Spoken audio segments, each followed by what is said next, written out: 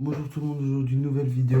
On va faire l'avant-match d'OM PSG, un match qui va être très important pour l'OM au classement, sachant que Lens vient de gagner leur match face à Rennes. Déjà, on va parler un peu de l'OM dès le début. L'OM, en ce moment, c'est un peu comme d'hab, mais en pire, parce que d'habitude, c'est des hauts, des bas, sauf que là, il y a plus de bas que de hauts, avec des matchs catastrophiques, des purges. Et ce match face à Rennes qui a été moyen, on va pas dire que c'était un match stratosphérique. On a été assez clinique dans les occasions, on n'a pas eu 20 000, mais on a réussi à mettre les buts, même si aussi on devait avoir un carton rouge que vous voulez, etc. Mais bon, la finalité c'est qu'on a gagné, mais pas avec la meilleure des manières. Après, il y a eu Club Brugge, il y a eu Liverpool, il y a beaucoup de matchs où on n'a rien fait contre des équipes que malgré tout ils sont joueuses. Donc même si le PSG, eux, on les connaît déjà qu'on les a gagnés début de saison avec ce 1-0, on n'a pas été mauvais non plus, même si on s'est fait dominer la plupart de la deuxième mi-temps. Et il y a eu ce de partout aussi où on a vraiment été. On a beaucoup plus contrôlé le match sur tout le match. Alors, à la place d'avoir des petits temps forts de 10 minutes, ça a été vraiment un match équilibré, c'est du trophée des champions. Et c'est peut-être comme ça que je vois le match, même si le PSG, je le vois bien nous pousser très rapidement. Il faut surtout pas qu'on encaisse très très tôt, parce qu'après, les joueurs de l'OM, ils y croient plus.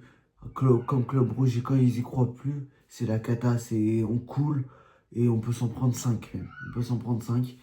Donc, faut pas se prendre le premier but et surtout pas dans les 15 premières minutes. Si on se prend un but à la 20e, je pense qu'on aura le mental pour récupérer, pour retourner peut-être le match. Alors que si on se prend un but à la 5e minute, là, je pense qu'on pourra être KO peut-être et être à terre après quelques minutes. Quelques infos aussi sur le PSG. Il y aura Hakimi qui va pas être là, il est suspendu. Et Fabien Ruiz est blessé. Donc pour nous, c'est bénef, même si Zaïre Emery fait une très bonne saison. Il a remplacé Hakimi depuis sa blessure face au Bayern, au moment où il était à la CAN. Et il remplit largement son taf, il est assez bon. Voilà la compo que je vais voir avec l'OM. Je mets Roulier au cage parce que je fais plus confiance à Roulier. La première fois que je mets ça, mais je mets 3 défenseurs parce que je veux. Enfin, 5 défenseurs, 3 défenseurs, vous le voyez comme vous voulez. J'ai pas envie que Nwaneri joue parce que je pense pas qu'il ait assez ce truc marseillais pour pouvoir jouer un classico à l'extérieur.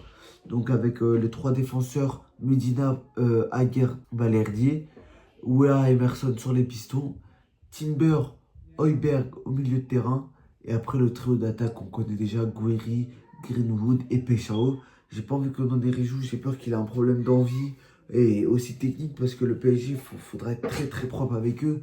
Le milieu de terrain pour le PSG, c'est leur base. Si on arrive à sur des contre-attaques le sauter ou à sur des pressings récupérer haut sur le milieu de terrain de Vitinha, etc., ça pourra nous donner beaucoup de grosses occasions et je vois pas Nwaneri le faire spécialement. C'est pour ça que je mets des joueurs comme Gouiri, comme Højbjerg, comme Timber. Lui, Timber, je le sens bien, qui peut aller jouer vite vers l'avant en sautant des lignes rapidement, pouvoir nous faire créer des occasions. J'espère que Balerdi d'ailleurs va être au niveau à Guerre des Medina. Faut y aller à fond sans faire de fautes bêtes non plus. Parce que les arbitres, ça peut aller très vite, les cartons rouges, et là, ça te plombe. Maintenant, mon prono pour ce match. Aïe, aïe, aïe, c'est un match qui est assez compliqué. À l'extérieur, au parc, face aux champions d'Europe, on va dire, hein, je suis pas content de le dire. J'ai pas d'idée pour ce prono. Faut surtout pas qu'on perde. Parce que faut pas oublier qu'on est actuellement égalité de points avec Lyon qui vont jouer Nantes.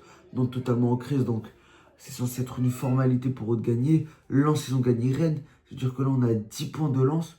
On est obligé de faire un résultat face au PSG. En tout cas, pas perdre pour pas se faire larguer par toutes les autres équipes. Donc, quand même, je vais dire match nul. Ça, c'est mon pronostic global en tant que passionné de football. Je dirais un match nul, un peu comme le Trophée des Champions, peut-être un peu le même scénario. Pas un but à la 95e, hein, mais genre un but où genre à la 60e, il y a 2-1, à la 70e, il y a 2-2, après ça tourne un peu, et peut-être comme ça, il y aura un 3-2 à la fin. Mais voilà, mon prono final, ça va être un 2-2. Et mon prono de supporter, ça va être un 2-1 pour Marseille. Et la même chose que le trophée des champions, sauf que le but à la dernière minute, on l'encaisse pas. Je veux vraiment qu'on gagne, c'est très important pour nous. J'espère que ça l'est aussi pour les joueurs, pour le coach, etc. Maintenant, petite info sur l'OM.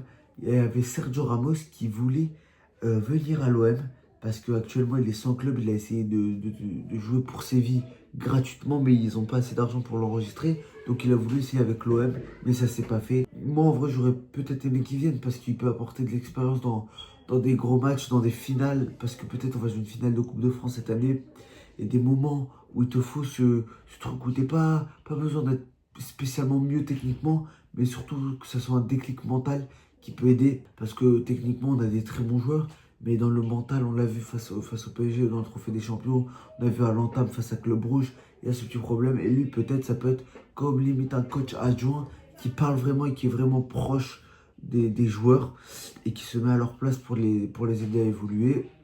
Mais ça, c'est pas fait en tout cas. Deuxième info, il y a Murillo qui est parti officiellement pour le Beşiktaş pour 6 millions d'euros. Ça me fait un peu de la peine de le voir partir comme ça.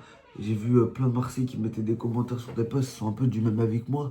C'est un mec, moi je l'aimais bien en vrai. En ce moment, on va dire, le début de saison qu'il a fait, il était très bon. Mais il perdait un peu de grinta, on va dire, d'envie. Quand il rentrait sur le terrain, il faisait de moins en moins d'efforts.